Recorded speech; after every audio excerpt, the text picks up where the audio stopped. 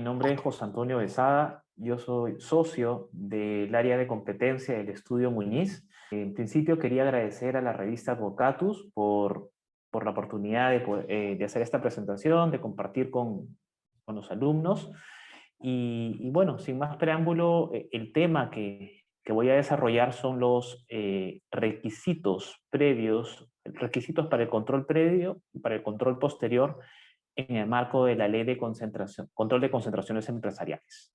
Muy bien, empezamos. De hecho, rápidamente vamos a evaluar un poquito el marco normativo en temas de libre competencia. De hecho, nosotros teníamos antes de la ley de control de concentraciones, teníamos un régimen legal para el control de conductas. ¿Qué significaba o qué involucraba este régimen? Pues evaluar que las empresas en el mercado no incurran en prácticas que de alguna forma podrían restringir la competencia, generando perjuicios a los consumidores o generando ineficiencias en el mercado. Y de hecho, nuestra regulación se estaba contenida en el decreto legislativo 1034, que es la norma sobre libre competencia, y tipificaba dos tipos de prácticas anticompetitivas que calificaban como infracciones, que era el abuso de posición de dominio, pues que son aquellas prácticas donde la empresa dominante en el mercado utiliza esa posición para excluir competidores, para restringir la competencia en el mercado, por lo tanto, como consecuencia, generando perjuicios a los consumidores. La otra práctica que se sancionaba, tipificada como infracción, eran las prácticas colusorias. Básicamente acuerdos, concertaciones, recomendaciones que podían existir entre competidores o entre empresas que se encontraban en diferente nivel en la cadena de producción, distribución, comercialización. En este segundo caso, cuando estamos hablando de una integración vertical, como requisito para evaluar este tipo de prácticas, alguna de las empresas en alguno de los niveles que he indicado debía pues tener posición dominante. Ese era básicamente el régimen de control de conductas que teníamos hasta este año. De hecho, ya con la aprobación de la norma de control de concentraciones, lo que se incorpora es un régimen de control de estructuras. ¿Qué significa esto? Que a partir de la entrada en vigencia de esta norma, determinadas operaciones de concentración empresarial que involucren un cambio de control y que superen determinados umbrales que establece la norma, deberán ser comunicadas al INDECOPI para su aprobación. Ese es el régimen de control de estructuras. Básicamente, control de operaciones de concentración empresarial que involucren, valga la redundancia, un cambio de control. Finalmente, allí en la diapositiva podrán ver que he incorporado lo que es abogacía de la competencia, que son básicamente aquellos esfuerzos que realiza la autoridad, en este caso el INDECOPI, por promover buenas prácticas en materia de libre competencia.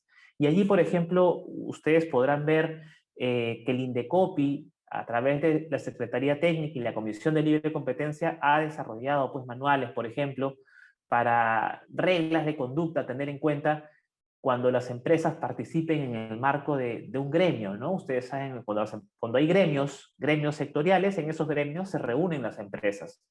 Para ese tipo de situaciones, pues la Secretaría Técnica y la Comisión han emitido recomendaciones en un manual sobre aquello que no se puede hacer, aquello que no se puede conversar, aquella información que no se puede compartir y qué medidas se podrían adoptar, por ejemplo, si es que alguien propone algún tipo de práctica concertada que pudiera restringir libre competencia. Eso es abogacía de la competencia, lo está haciendo el INDECOPI y lo está haciendo muy bien.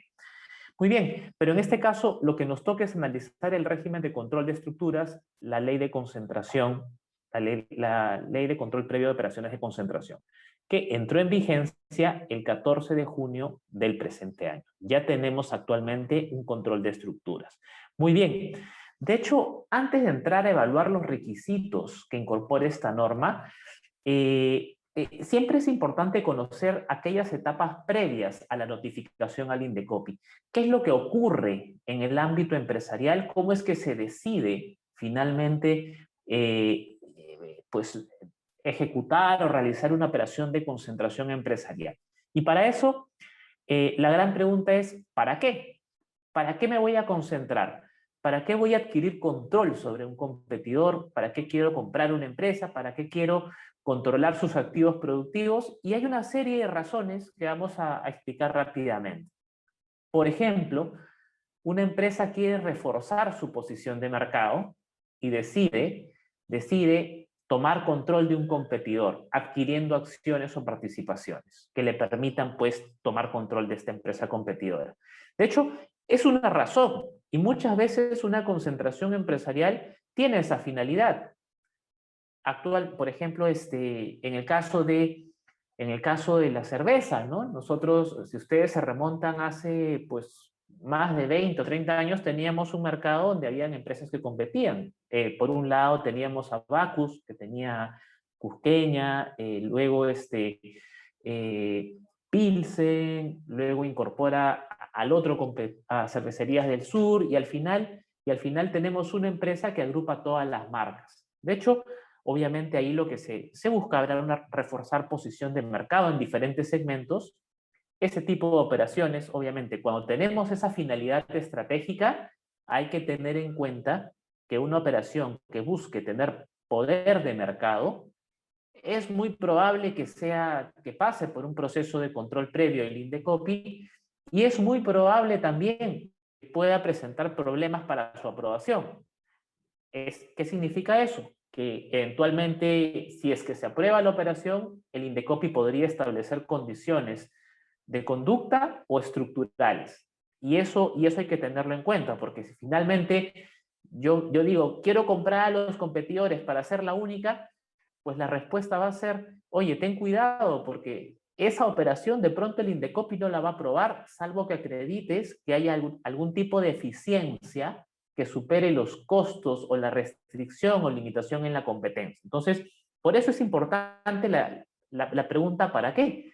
Hay otro supuesto, por ejemplo, las empresas quieren concentrarse, quieren de alguna u otra forma participar conjuntamente por un tema de complementariedades.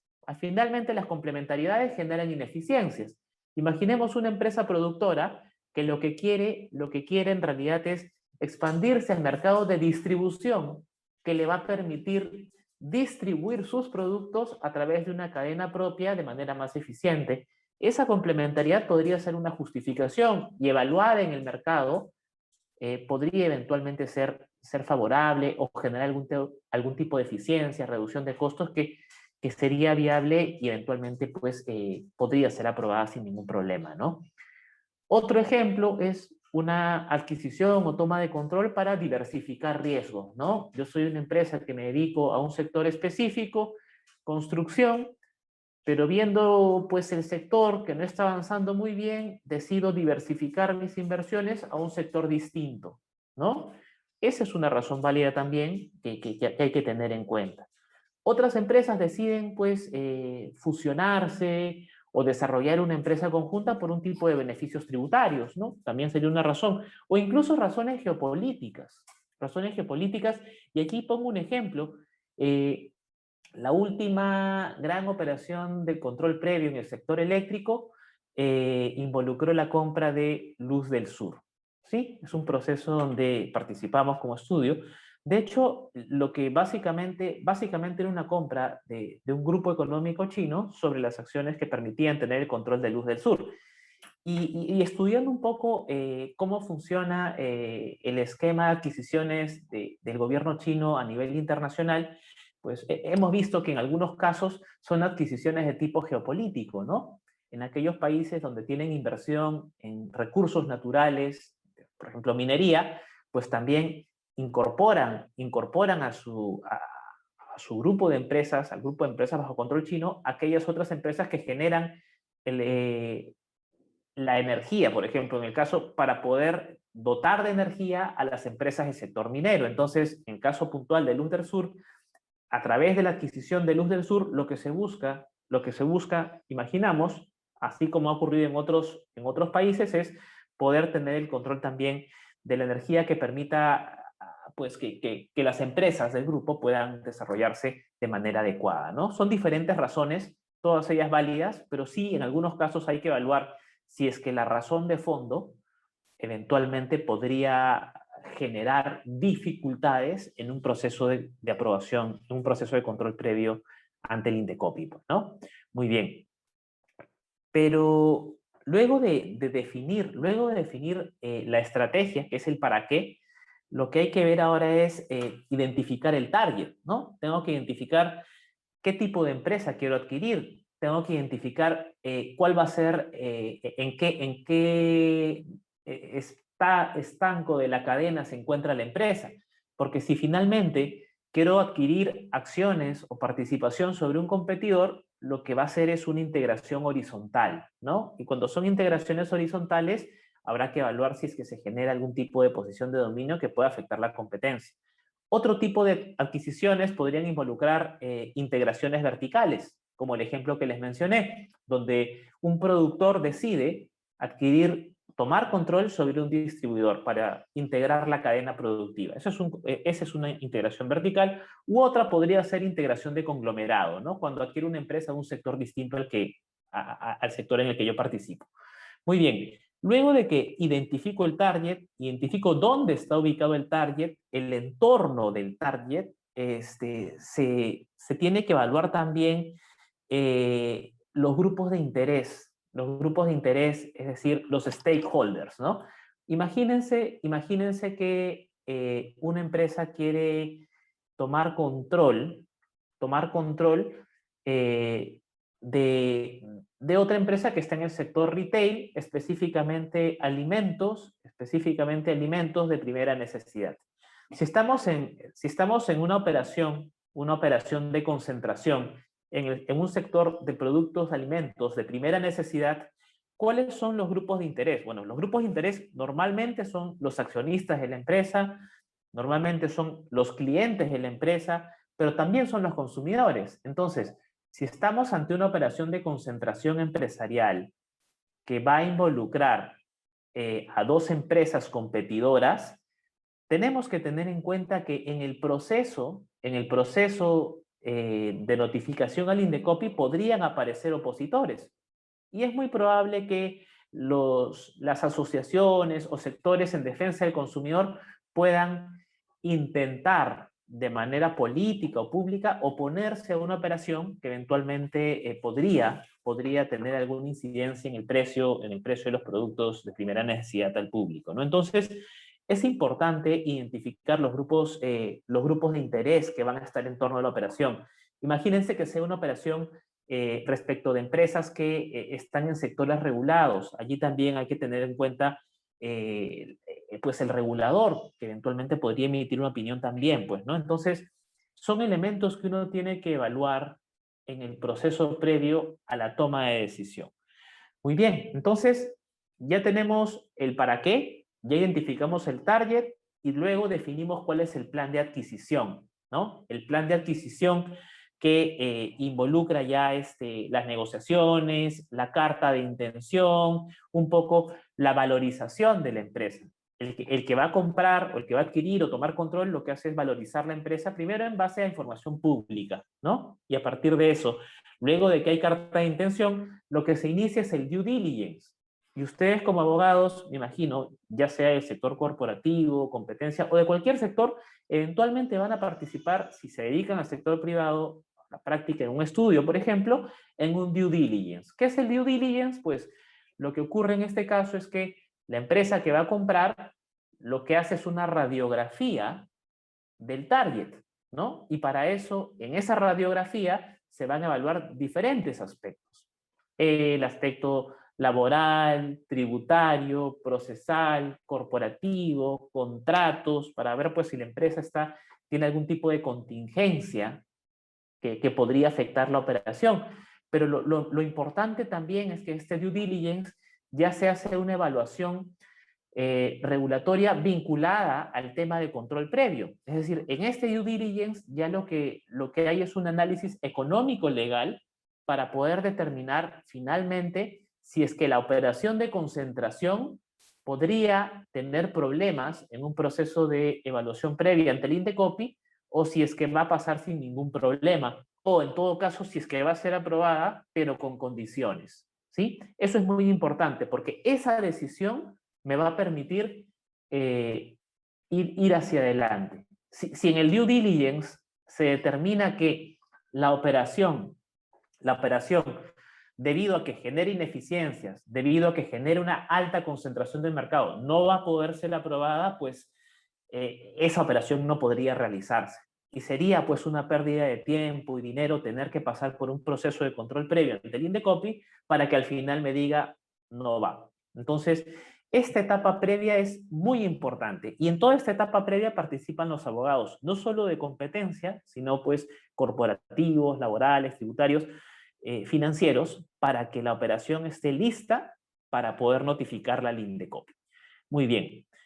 Ahora bien, ¿cuáles son las operaciones que están sujetas a un control previo?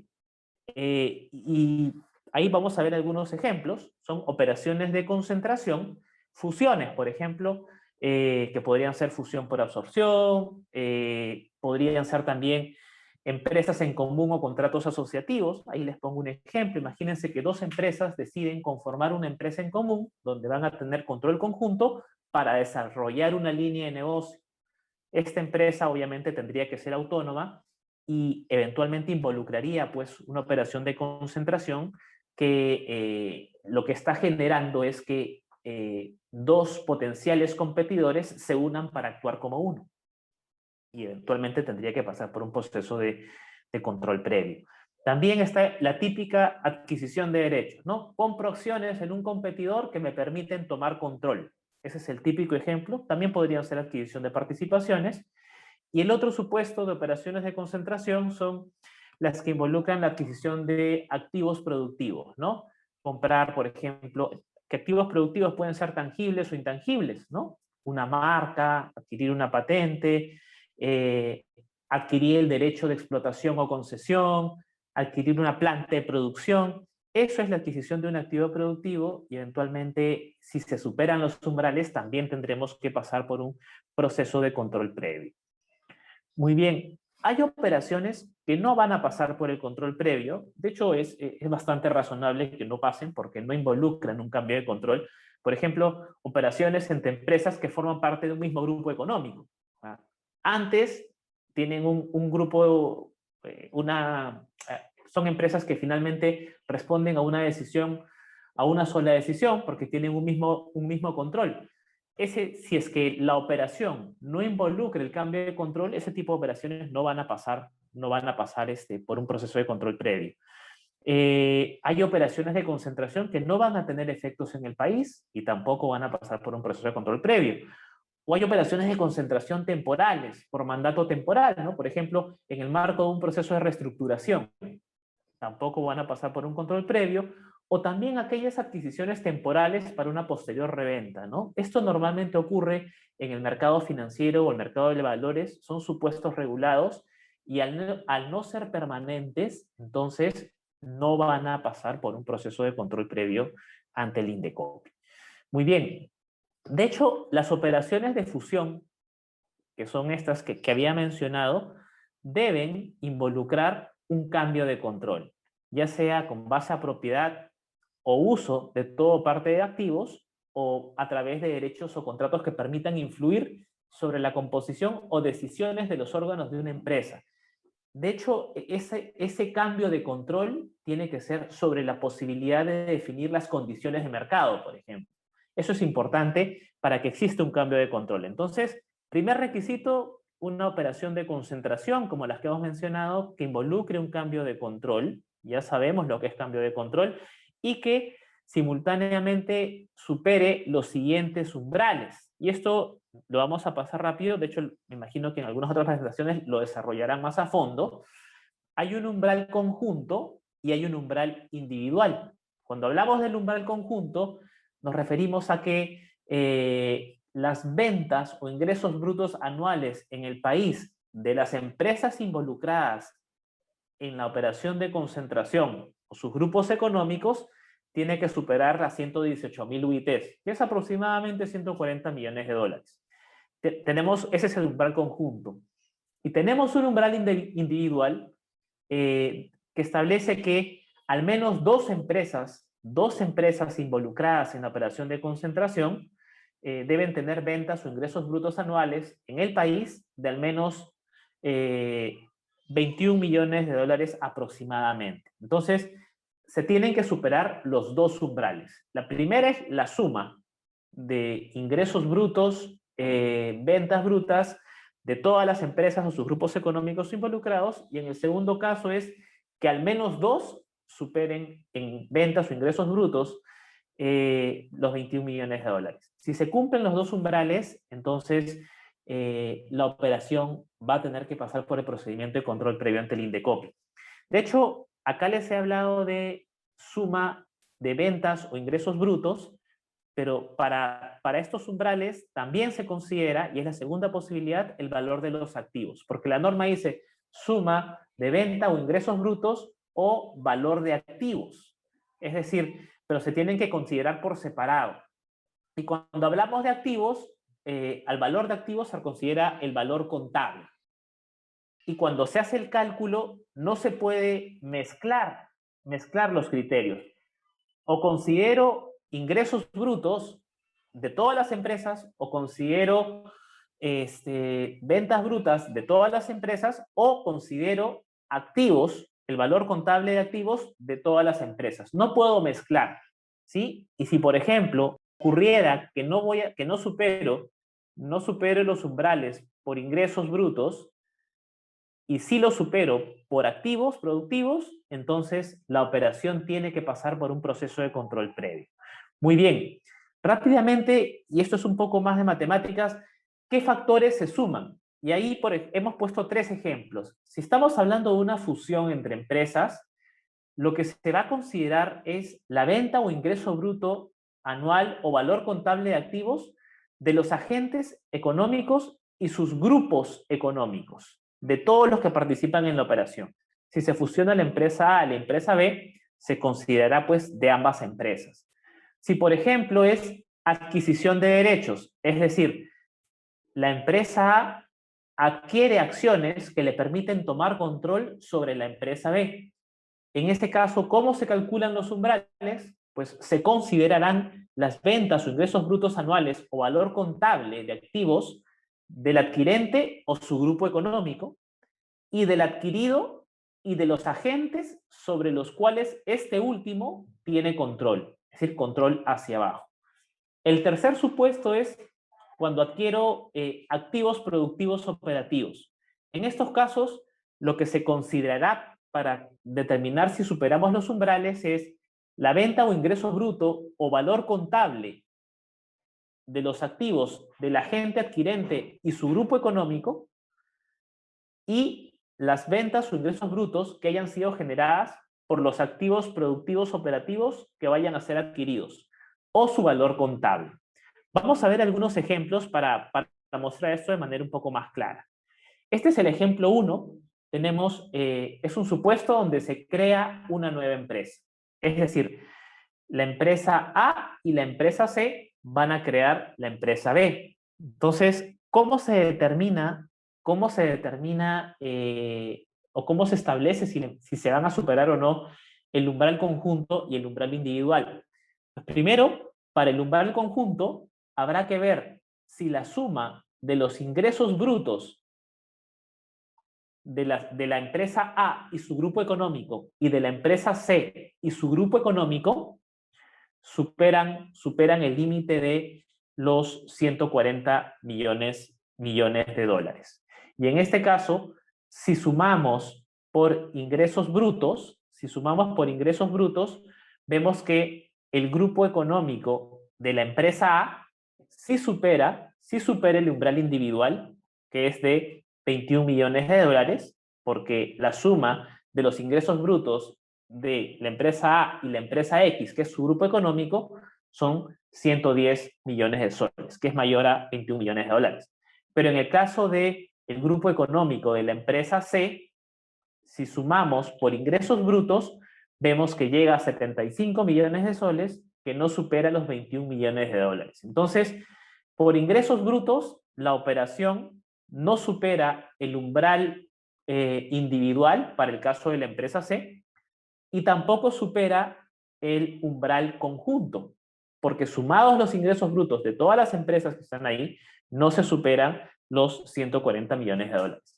Sin embargo, como se tiene que hacer el cálculo también con los activos productivos contables, haciendo la misma suma con el valor de los activos, sí se superan los umbrales individuales y los umbrales conjuntos. Por lo tanto, esta operación de creación de una nueva empresa sí tendría que ser notificada porque considerando los activos, sí se superan ambos umbrales.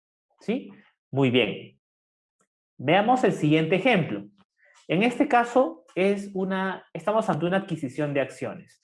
La empresa X va a adquirir el 80% de las acciones sobre la empresa Y. ¿Sí?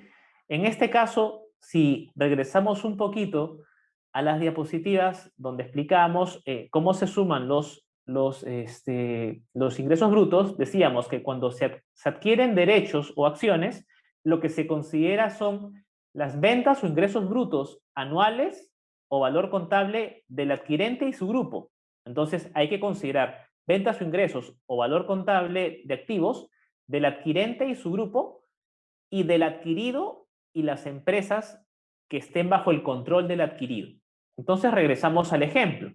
En este caso, el adquirente es la empresa X. Entonces, habrá que tomar en cuenta ingresos brutos del adquirente y su grupo son las empresas A, B y C. Entonces, habrá que sumar los ingresos brutos de la empresa X, A, B y C para ver si supera el umbral individual.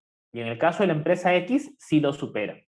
Ahora vayamos al caso de la empresa Y. Como es la empresa adquirida, habrá que tomar en cuenta sus ingresos brutos y aquellos de las empresas que controla la empresa Y. Y en este caso, sumados los ingresos brutos de la empresa Y más los ingresos brutos de la empresa D, considerando que tiene control, porque tiene el mayor número de directores, más un porcentaje mayoritario de acciones, pues sumados esos ingresos brutos, también supera el umbral individual. Ahora, sumados los ingresos brutos tanto de la empresa X como de la empresa Y, superamos también el umbral conjunto y por lo tanto, esta operación sí tendría que ser notificada, porque bajo el cálculo de umbrales con ingresos brutos, superamos tanto el umbral individual como el umbral conjunto. Muy bien. Veamos un tercer ejemplo. En este caso es la adquisición del activo, ¿no? Adquisición de un activo productivo. Acá la regla es similar al caso anterior. Se tendrán que considerar los ingresos brutos o activos de la empresa adquirente o su grupo económico y se tendrán que considerar los ingresos derivados del activo productivo o su valor contable, ¿no? Regresemos, si queremos, a la regla.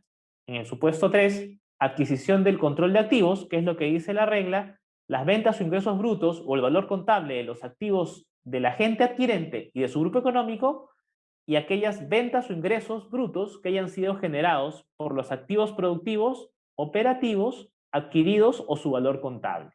Muy bien. En este caso concreto, vemos que en el caso de el grupo económico de la empresa X, no supera el umbral individual, los ingresos brutos derivados del activo superan el umbral individual, pero sumados conjuntamente no llegamos a los 140 millones de dólares. Entonces, por ese lado, no superamos los dos umbrales y por lo tanto no habría que notificar. Si hacemos el mismo análisis con valor de activos contables, vemos que tampoco se supera el umbral individual en el caso del valor del activo en concreto, ni el umbral conjunto, y por lo tanto esta operación no tendría que ser notificada. Muy bien.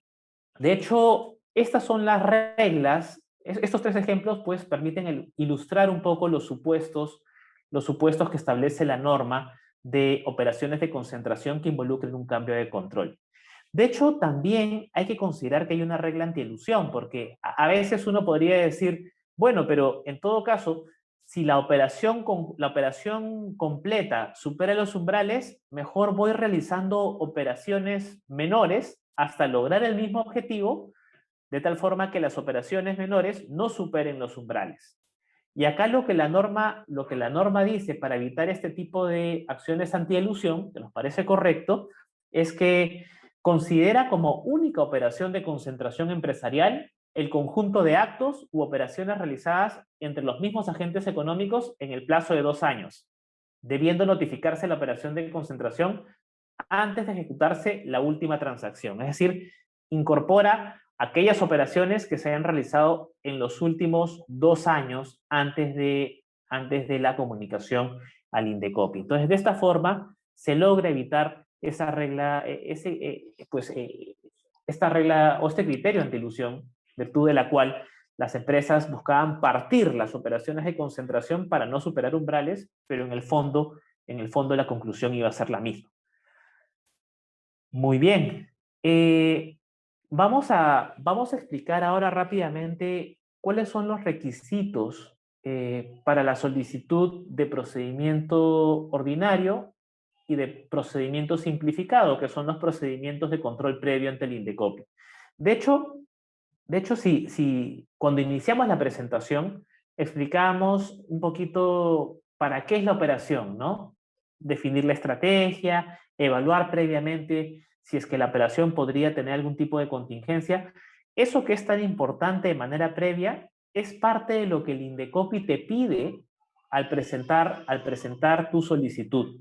Y allí hemos tratado de destacar en la diapositiva aquello que resulta más relevante desde el punto de vista sustantivo, más allá de requisitos formales. Y lo que uno tiene que comunicar al Indecopi cuando presenta su solicitud, primero es explicar cuál es el objetivo de la operación. ¿Recuerdan cuando preguntábamos para qué?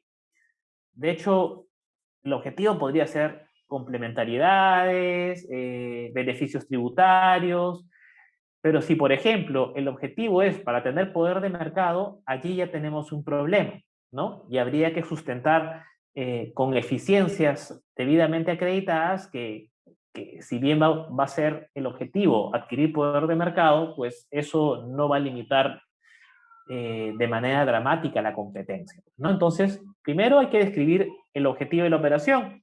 Luego habrá que presentar información sobre la estructura de propiedad, control de cada uno de los agentes económicos, porque a partir de eso se va a determinar finalmente cuál es el agente adquirente, cuál es su grupo, qué ingresos, qué activos, qué ventas se considerarán para el cálculo de los umbrales, cuáles son las empresas vinculadas, cuál es el mercado. De hecho, esta información es muy importante. En los mercados involucrados, por ejemplo, ¿no? Por ejemplo, si es una operación en el sector lácteo de concentración, pues ya previamente vamos a tener identificado cuál es el nivel de concentración de ese mercado y el impacto que podría tener una operación en este sector. Y algo muy importante, descripción de las eficiencias, ¿no? Descripción de las eficiencias vinculadas a la operación de concentración empresarial. Y para esto es bastante recomendable poder contar con un informe económico, porque este tipo de procedimientos ya en este estado no solamente son procedimientos que requieren de la participación de abogados que puedan tener conocimiento económico, sino también de participación de economistas que permitan determinar con mayor claridad los niveles de concentración del mercado, las eficiencias económicas de las operaciones, y eso normalmente se acompaña a través de un informe que se presenta como parte del procedimiento de solicitud de control previo ante el Indecopi. Muy bien. Tenemos también un procedimiento simplificado, donde se entiende que preliminarmente las contingencias o la afectación a la competencia no sería tan alta y por lo tanto exigen menos requisitos, ¿no? ¿Cuándo es que se opta o la norma establece que tenemos que ir por un procedimiento simplificado? Primer supuesto, cuando las partes o el grupo económico no realicen actividades en el mismo mercado o en la misma cadena productiva o de valor. Ejemplo, si las empresas son del sector, no sé, pues de producción de cemento y deciden diversificar riesgos y el agente o su grupo económico deciden adquirir una empresa en el sector de alimentos, ¿no? De hecho, de inicio, pareciera ser que al ser sectores distintos no va a haber un impacto en competencia, se entiende que es un procedimiento simplificado. ¿En qué otros casos se activa un procedimiento simplificado? Por ejemplo, cuando un agente económico adquiere control de otro sobre el que ya tenía control conjunto. Es decir, va a haber un cambio, pero ya previamente había un control conjunto, ¿sí? En estos casos, sustantivamente los requisitos se reducen, lo que habría que presentar es la solicitud, un formulario en calidad de declaración jurada, donde nuevamente se describe el objetivo de la operación, la estructura de propiedad, vínculos con otro tipo de empresas, estados financieros. De hecho, es mucho más sencillo y eventualmente son procedimientos también mucho más cortos, ¿no? Muy bien, estos son los requisitos que se deben presentar al momento de solicitar a la autoridad, si es que se superan los umbrales, la aprobación del procedimiento de concentración, de la concentración empresarial. Muy bien, ¿qué factores evaluará el Indecopi? De hecho, lo vamos a pasar bastante rápido. Evalúa el mercado involucrado, la competencia real o potencial en ese mercado, la evolución de la oferta y demanda de los productos o servicios, si hay fuentes de distribución o comercialización que permitan generar eventualmente mayor competencia, si es un mercado que está sujeto a barreras legales o algún otro tipo de barrera de acceso, porque eso se considera también para ver si es que la operación va a tener impacto en competencia, el poder económico de las empresas involucradas, si es que va a haber si es que la operación va a generar el fortalecimiento, la creación de una posición de dominio y las eficiencias que ya hemos explicado. Muy bien, ¿cuáles son las posibilidades que la operación se apruebe? Que la operación se apruebe si es que hay eficiencias efectivamente o que se apruebe con condiciones, ¿no?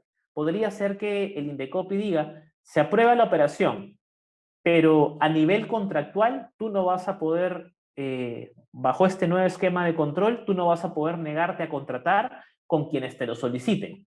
Esa es una regla de conducta, una condición conductual que establece al momento de aprobar la operación. O podría establecer otras condiciones que ya son estructurales, ¿no? Que son mucho más invasivas del proceso de concentración empresarial. Por ejemplo, le indica cuando se aprueba la operación, se establece que el grupo económico, la empresa o el control que se adquiere debe previamente involucrar que se desprendan de una rama productiva o actividad específica que desarrollaba la empresa adquirida, por ejemplo, ¿no? Es decir, se parta la empresa, se deje desarrollar algún tipo de actividad para que eventualmente no se genere un impacto en la competencia. Esas son las condiciones de tipo estructural, ¿no? Y el peor escenario sería que se deniegue la operación, ¿no? Si es que efectivamente se demuestra, por ejemplo, que a través de la operación se va a adquirir claramente poder de mercado, que no hay eficiencias, que eso va a tener impacto en competencia, perjuicio a los consumidores, si es así, la operación no va a ser aprobada. Pero para evitar eso es que previamente uno ya debe tener claro en la estrategia previa, en el para qué, en el due diligence, ya debe tener claro si eso podría ocurrir. Y si es que eso podría ocurrir, pues obviamente la operación no se tendría que realizar. Muy bien, ya nos falta poco. De hecho, vamos a entrar a lo que es el control posterior. Lo que la norma establece, la ley de control de concentraciones establece en su numeral 6.4 es que la Secretaría Técnica podría actuar de oficio, aun cuando no se hayan superado los umbrales, cuando considere que hay indicios razonables para que la operación de concentración pueda generar o una posición de dominio o afecte la competencia efectiva en el mercado, ¿no? En estos casos, ¿cuál es el mensaje que te está dando la norma? Si tú no superas los umbrales, pero existe algún riesgo o indicio razonable de que esta operación pueda generar una posición de dominio o afectar la competencia efectiva, y cuando hablamos de afectar la competencia efectiva, abrimos un gran abanico de posibilidades, en esos casos, sabes que el Indecopi te podría supervisar la operación ex post. Por lo tanto, el mensaje es, en esos casos, comunícalo voluntariamente el Indecopi para que pueda ser evaluado, ¿sí? Ese es el mensaje básicamente. el reglamento de la ley que establece en qué casos el Indecopi podría ejercer un control posterior. Y ahí los tipifica puntualmente, dice, aquellas operaciones de concentración horizontal entre competidores en mercados que sean altamente concentrados. Porque se entiende que aun cuando la operación no supere los umbrales, podría tener un impacto en competencia, podría fortalecer algún tipo de posición de dominio. El siguiente supuesto, nuevamente, operaciones de concentración horizontal que involucren la adquisición de un agente económico que podría tener una participación pequeña en el mercado, pero con potencial de crecimiento, o un agente innovador. Ya vamos a ver un ejemplo. Normalmente esto se presenta en el sector tecnológico. Imaginemos Facebook, como ha ocurrido obviamente cuando adquiere pues potenciales competidores que son pequeñitos pero con potencial de crecimiento, como podría ser el caso de la adquisición del WhatsApp, por ejemplo, ¿no? Eso obviamente es un supuesto que, si bien podría no superar los umbrales, porque la empresa chiquita no superaría el umbral individual, es una operación que el Indecopi podría entrar a revisar. O también podría entrar a revisar, aun cuando no superen los umbrales, aquellas operaciones de concentración horizontal en las que el agente económico adquirente o su grupo económico anteriormente ya ha realizado operaciones de concentración que involucran la adquisición de un competidor. En esos casos también el Indecopi podría entrar a revisar y al final dejamos una cláusula abierta en la norma, en el reglamento, que dice que cualquier otra operación de concentración que tenga la potencialidad de generar posibles efectos restrictivos significativos de la competencia. Entonces, en líneas generales, ¿qué es lo que está diciéndonos el reglamento? Que sin perjuicio de los supuestos que ya hemos mencionado, en realidad el Indecopi podría entrar a revisar cualquier operación cuando considere que podría afectar la libre competencia. Y para eso tiene un plazo de hasta un año de formal de la operación. Entonces, veamos que esto es bastante riesgoso, porque si la operación se cerró hace 11 meses atrás, Indecopi podría entrar a revisarla y eventualmente podría denegarla cuando ya se ha ejecutado, ¿no? De hecho, eso genera obviamente un impacto económico, incertidumbre, y eventualmente podría ser utilizada como un instrumento de control político. Entendemos que eso no debiera pasar, pero pues podría ser mal utilizada de esa forma, ¿no? Muy bien. Veamos algunos ejemplos. Ahí les he puesto algunos ejemplos de los supuestos que mencioné y que están en el reglamento. El primer supuesto, operaciones de concentración horizontal realizadas en mercados concentrados. Por ejemplo, Mifarma más Incafarma, ¿no? De hecho, esa operación, si se hubiera realizado al día de hoy, probablemente no hubiera sido aprobada, porque claramente genera una posición de dominio absoluto en el mercado. Segundo ejemplo, operaciones de concentración horizontal que involucren la adquisición de un agente económico con una participación pequeña, pero con potencial de crecimiento, o un agente innovador. Podría ser el caso de Google cuando adquiere Fitbit en recolección, una empresa que también tenía control o recolectaba datos de salud, pero con un potencial de crecimiento que eventualmente hubiera generado que la operación tuviera que ser revisada ex post por el Indecopi bajo los criterios que establece el reglamento. Y el tercer ejemplo, nos referimos a operaciones de concentración horizontal en las que el agente económico adquirente o su grupo ha realizado anteriormente operaciones de concentración que involucran la adquisición de un competidor. Y este es el caso típico del mercado de la cerveza en el Perú, ¿no? Donde las operaciones de concentración con adquisición de control se han presentado a lo largo de los años, hasta tener prácticamente un monopolio. Muy bien. Finalmente, ya para cerrar un poquito la presentación, la conclusión de este control posterior y el mensaje es que el Indecopi podría entrar a revisar cualquier operación donde hayan indicios de que la operación pudiera restringir la competencia. Revisarla para eventualmente aprobarla con condiciones o al menos evaluar si genera eficiencias o no, o en el peor de los casos para denegarla. Muy bien, con esto estamos llegando al final de la presentación. De hecho, algunos puntos finales o mensajes para que es importante tener en cuenta.